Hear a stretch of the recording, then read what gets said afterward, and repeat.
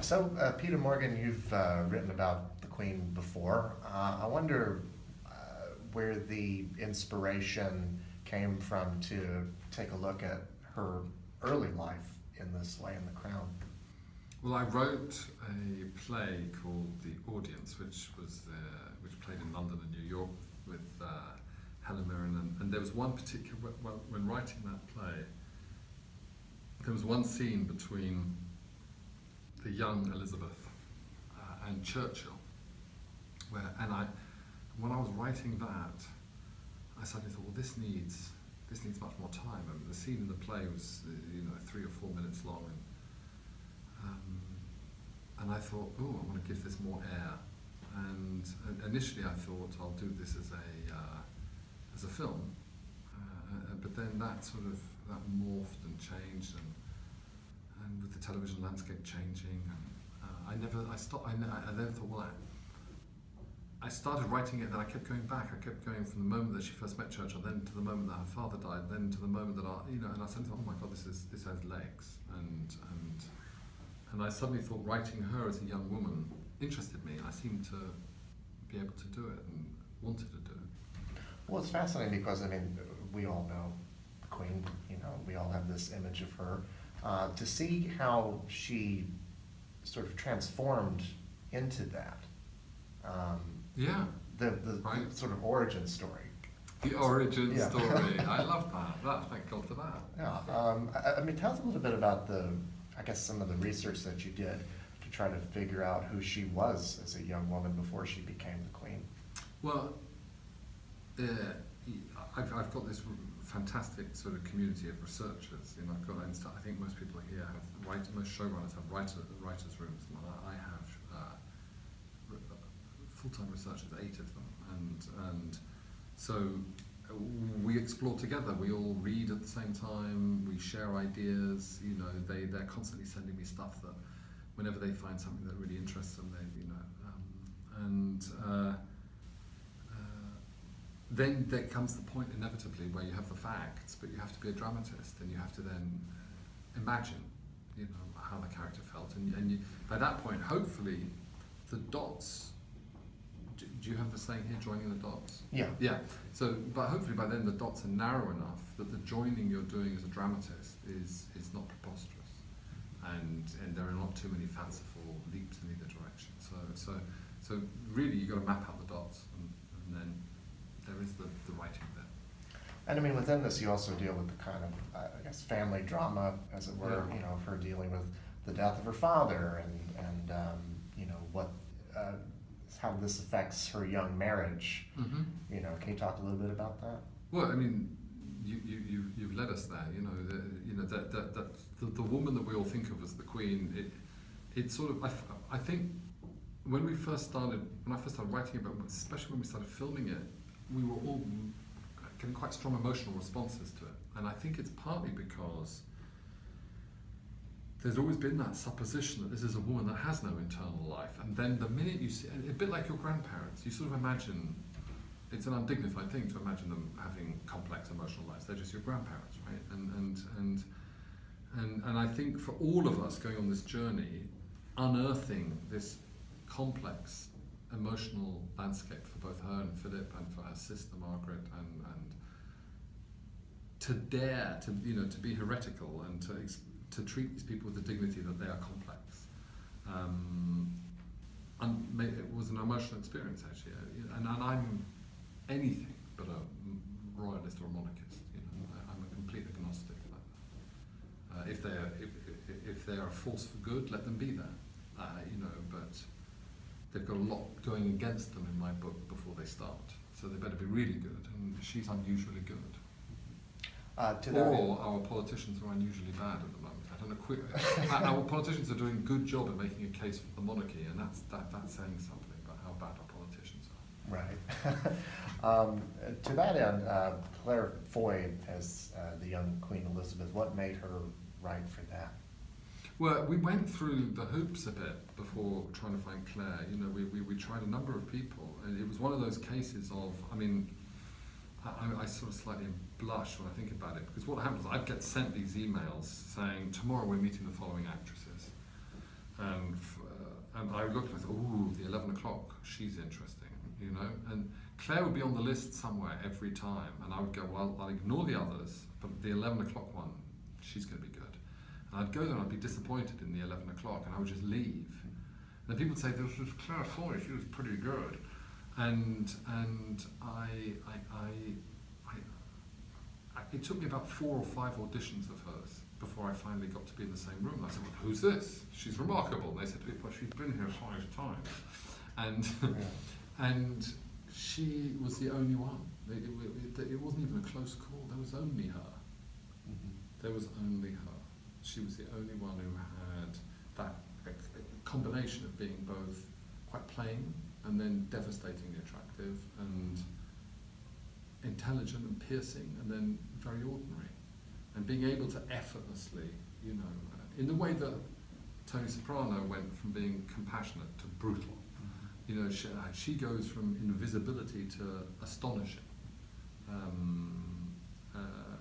That ordinariness and yet the extraordinariness, that's a really, you know, you can't fake that. That's just, unfortunately, that's genetic. You know, somebody has that, that's innate, that's a soul thing. And then John Lithgow is Winston Churchill. I mean, how do you look at somebody who is tall, thin, and American and say, that's Winston Churchill? Yeah, you can't. I mean, and that, you know, it goes to, listen, let me first of all say, I get no credit whatsoever for that idea. I was instantly supportive of the idea because in the movie The Queen, we cast James Cromwell to play Prince Philip. And it was very useful. One day, if ever there's a film made about Donald Trump,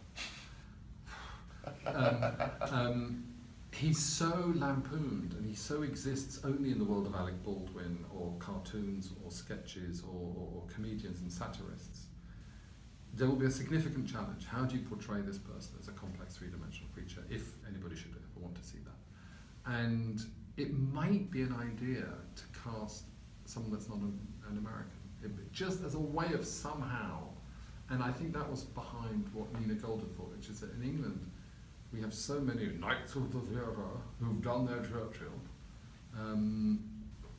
Speaking for us as Brits, I think we were all quite bored of the idea of seeing another one trot out his Churchill. Everyone trots out their Hamlet, and then later they trot out their Churchill, you know. And the minute she said John Lithgow, I was excited, a little sceptical. But what he did was extraordinary. And when you, my experience is that the really world-class actors, you can give them a little bit of mouth stuff or hair stuff to make them feel comfortable, but a process of metamorphosis happens with the really good ones. The really good ones change. And I can tell you that John Lithgow shrunk and became an Englishman. There was nothing American or tall of John Lithgow left at all by the end. Going off of that, I mean, you're competing in the writing category at the Emmys for the episode Assassins, which is all about him coming to terms with his old age and getting his portrait painted. What about that episode? Why did you choose to submit that episode out of the... I didn't actually. Oh, okay. I was so... I said to everybody involved, you know, listen, you know, pick an app. Which ones do you like? I mean, it's a bit like me asking me to choose a child. So, you know, it was the one that seemed to move or connect with, or people were most surprised by. I don't know. I am very proud of it, but I'm proud of some of the other apps too. So I wished I could have been judged on the whole season rather than one episode. Well, it does really work. I mean, just kind of in the way that television sort of works these days, you know, all 10 episodes sort of seem like they're part of a whole as opposed to an individualistic piece in a way. Did you approach it that way? Well, I think also to that, I think in the American tradition, you know, there are more writers. Mm-hmm. So, you know, for me, I suppose the sense of achievement is in the season rather than in an episode. But I am very proud of that episode, and I think John, you know, elevates it. You know, he makes me look good.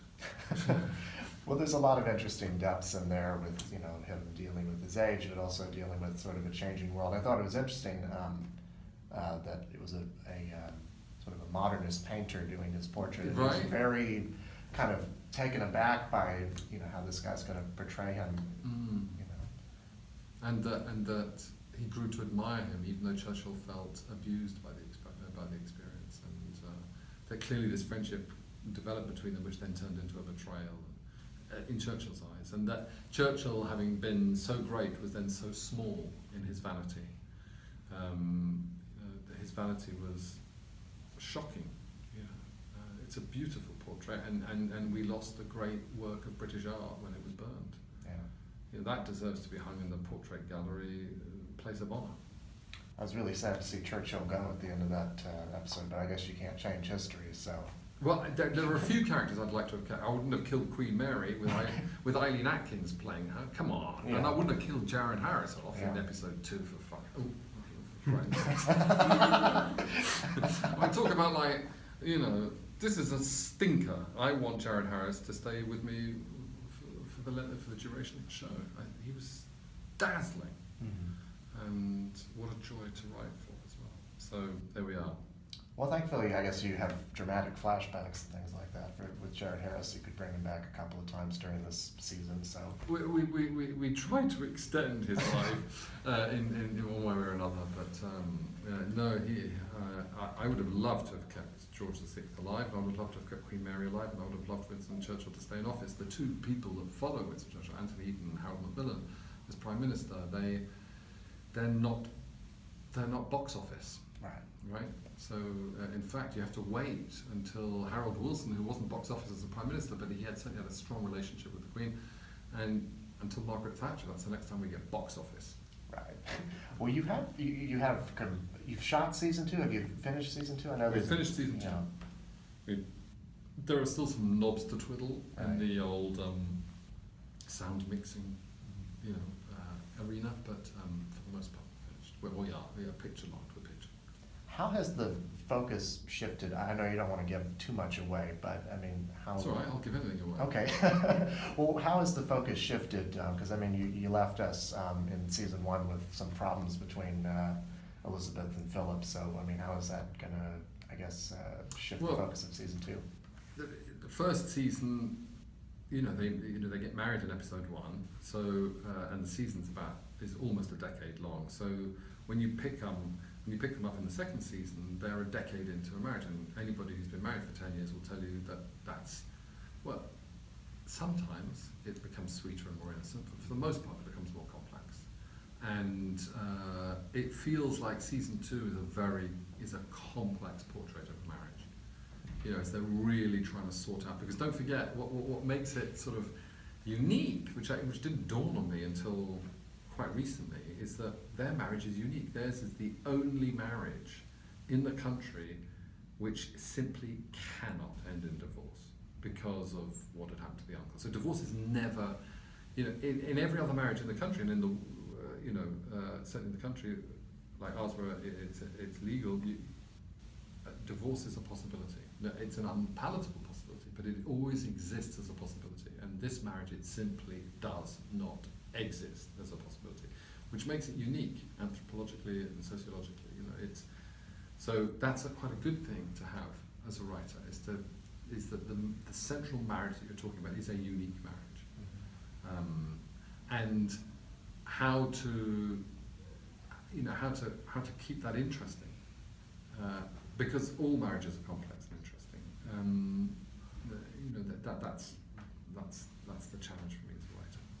And then season 3, we know there's going to be a big time jump, and we've already heard from Claire Foy that she won't be the Queen much longer. I wonder how that's. It won't be a big time jump. It won't, no, because by the time that if we continue with the season 3, we would need an actor to start being 40. I see. So, okay. But Claire takes us up to that point. Okay, I see. So there's a transition. I think that in my mind there's a transition there's a gap of about 6 months. That's nothing. Oh, I see. Okay, oh, yeah. I must have misread that. Yeah. She is. But season 2 is her last season. Is that right? That's right. Okay. Yeah, because you can't. I mean, I would love to keep her forever. Right. But there comes a point where you just can't age people anymore without it becoming faintly ludicrous. Right. Well, I mean, how far have you planned this out? Well, I mean, I've only just started thinking I mean, it's only 2 weeks ago that I pretty much locked the final episode. Before going into it hasn't even finished post. The music hasn't been composed yet. So it's really only now that I'm turning my attention to what will season 3 be, or what could it be, or what might it be. And it would be Netflix's preference, I think, to do it in 2. So I would then need to figure out what would season 4 be. So it may be a while before we know what we're doing. Okay. So this season, very critically acclaimed, highly watched, 13 Emmy nominations for the series, for yourself, Claire and John, Stephen Daldry, lots of below the line. Seeing all the people in the cast and crew recognized for this show, what did that mean for you and for everyone? I think delighted. I think there's always a strange thing. It's a party you really don't want to be not invited to, but also I do think that I say this. I haven't grown any more fond of the process of award seasons. As the years pass, it does seem like an odd thing. It feels like an odd prize to be given. As a reward for doing good work, that you're pitted against your colleagues. I feel we need to somehow rethink it, that it's more of a celebration, because there isn't that much celebration. There is a wonderful moment, and then the next thing you know, you're pitted into a situation where you're campaigning or something. It's a ludicrous thing to happen after working your guts out. And I'm a huge admirer of some of these shows that we're up against. So I'd rather we all just go to a party and everyone pat each other on the back and then just get on with it. We have had a pretty good awards history over the last decade, with Oscar nominations for The Queen and Frost Nixon, Tony nominations for Frost Nixon, and BAFTA wins, Golden Globe win. I mean, what does that recognition mean for you? It's lovely. It's really lovely, but it doesn't. It doesn't last. I mean, insofar as really you're always faced then with what's the next problem and how do you make it good, and I don't know many, probably any creative people who are full of confidence. I think most people are plagued by doubt and insecurity and no amount of baubles or anything does compensates for that. I think most of us spend our time absolutely doubting our own talent or ability, and each time you re-engage with something is a challenge to That said, there have been a couple of times where I've watched a couple of episodes of the show and I've just thought, I don't know how we did that. It's sort of it's a great collective miracle when it comes off. Thank you so much.